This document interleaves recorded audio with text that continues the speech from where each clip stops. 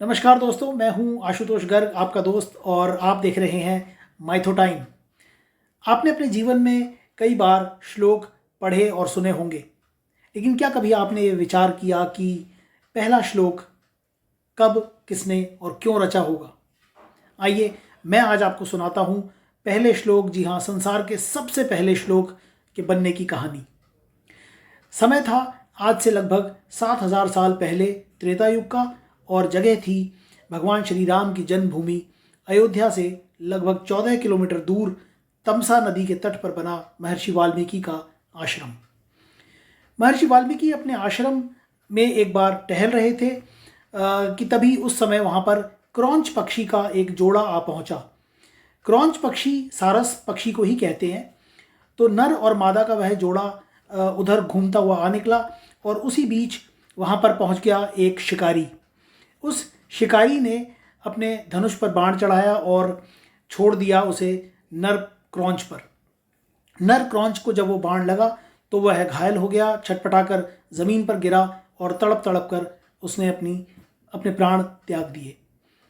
अपने साथी को खो देने के बाद मादा क्रौंच का बुरा हाल था। वह बहुत ज़ोर ज़ोर से करुण स्वर में चीत्कार करने लगी, चीख पुकार करने लगी। उसके दुख को देखकर महर्षि वाल्मीकि ने जब ये दृश्य देखा तो उन्हें भी बहुत दुख हुआ और वो गहरे शोक में डूब गए।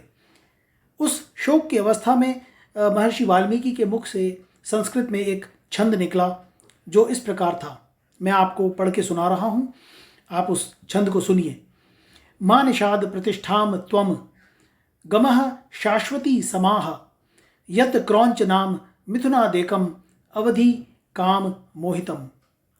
इस छंद का अर्थ ये है कि हे व्याध, हे शिकारी, तुमने काम मोहित अवस्था में एक निरपराध और निर्दोष पक्षी को मारा है, उसकी निर्मम हत्या की है। इसके बदले मैं तुम्हें शाप देता हूँ कि तुम्हें जीवन में कभी शांति नहीं मिलेगी।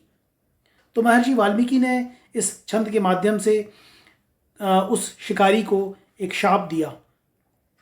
लेकिन बाद में उनको कुछ ही देर के बाद इस बात का एहसास हुआ कि उस छंद की वास्तव में एक बहुत ही परफेक्ट मीटर में, आप कह सकते हैं, रचना हुई थी, जिसे लय में भी गाया जा सकता था। ये देखकर महर्षि वाल्मीकि को बड़ा आश्चर्य हुआ। उन्होंने अपने कुछ शिष्यों को बुलाया और कहा कि मुझसे शोक की अवस्था में इस छंद की रचना हुई है, इसलिए मैं चाहता हूँ कि ये छंद श्लोक के नाम से विख्यात हो। और यही हुआ। कुछ समय के बाद भगवान ब्रह्मा महर्षि वाल्मीकि के पास आए और उन्होंने भी उस छंद की, उस श्लोक की बहुत प्रशंसा की, और उन्होंने महर्षि वाल्मीकि को इस बात की प्रेरणा दी कि वो भगवान श्री राम की कथा इसी छंद में लिखें। श्लोक के माध्यम से महर्षि वाल्मीकि ने रामायण की रचना की। रामायण में कुल मिलाकर 24,000 श्लोक हैं जो इसी मीटर में लिखे गए हैं, और इस तरह बना पहला आदि काव्य रामायण, और महर्षि वाल्मीकि इसी के साथ बन गए आदि कवि। तो दोस्तों, ये थी कहानी पहले श्लोक के बनने की। और जिस तमसा नदी का मैंने आपसे जिक्र किया, जिसके तट पर महर्षि वाल्मीकि का आश्रम बना हुआ था, वो तमसा नदी आज भी उत्तर प्रदेश और मध्य प्रदेश के बीच टॉन्स नदी के नाम से जानी जाती है। ये गंगा की एक उपनदी है और आजमगढ़ और बलिया से होती हुई गंगा में मिल जाती है। तो ये कहानी मैंने आपको सुनाई दोस्तों। ये थी संसार के सबसे पहले श्लोक के बनने की कहानी। अगर ये वीडियो आपको पसंद आया, आपको अच्छा लगा, तो आप इसे ज़रूर लाइक कीजिए, शेयर कीजिए, लोगों तक पहुंचाइए।